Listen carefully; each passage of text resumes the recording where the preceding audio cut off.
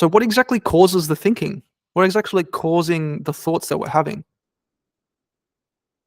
It's the conditioning. It's the conditioning that we were brought up with when we're in the ages of 0 to 7. So this is me, and I want you to affirm this for yourself. This is me as an infant.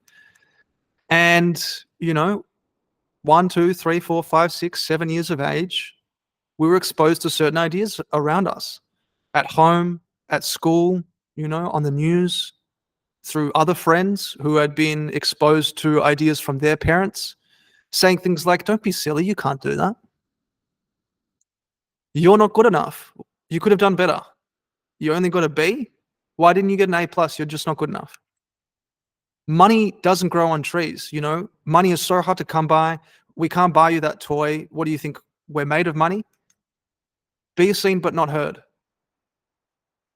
And you know what happens? Because I'm an infant and I'm just a little bubba, I have no ability to reject these ideas. So they're going right into my subconscious mind. And you know what happens then? I grow up as an adult and the paradigm is fixed in my subconscious mind. And then I get thoughts of, oh, well, you can't build a successful business.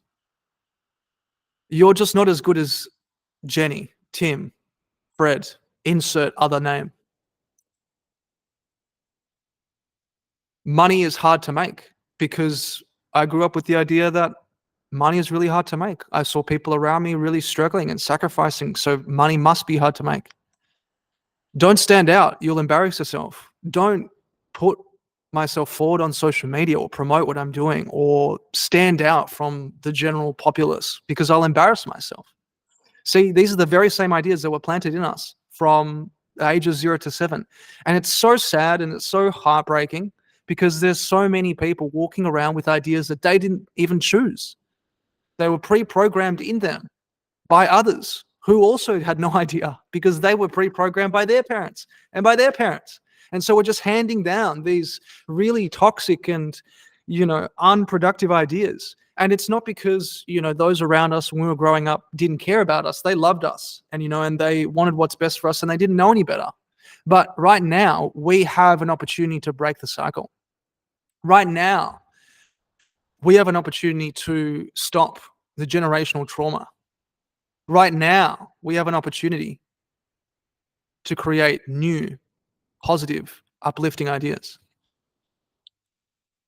So a paradigm is a multitude of habits that runs at a subconscious level. It's like a program running in the background that controls you. It controls almost all of my habitual behavior, and almost all of my behavior is habitual. Paradigms affect the way that I eat, the way I walk, even the way I talk. They govern my communication, work habits, my successes, and even my failures in life. And they can be changed in the same way they were created, through constant spaced repetition. If 96 to 98% of my results, perceptions, and behaviors are subconscious, that means that unless I learn in a moment-by-moment basis to take conscious control of my mind, 96 to 98% of my day is automatized. I'm simply running off these patterns and programs that were programmed into me when I was just a baby. My paradigms control my perception of the world, my productivity, my creativity, my health, my confidence, my relationships, my ability to earn money. And if my paradigm stays the same, my results stay the same. When my paradigm shifts, my results shift. So let's go into shifting this paradigm, because there are only two known ways to shift a paradigm. An emotional impact, which is usually negative, right? It could be a loss of a job, a death in the family, a relationship breakup, some really intense emotional event or traumatic experience that shocks the system, that really forces someone to change the way that they view the world, to change the way that they operate.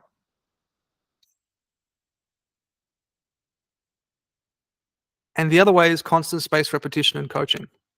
So what does that actually mean? It means reading the same thing, writing the same thing, listening to the same thing, getting emotionally involved in the same thing. Well, what's the same thing?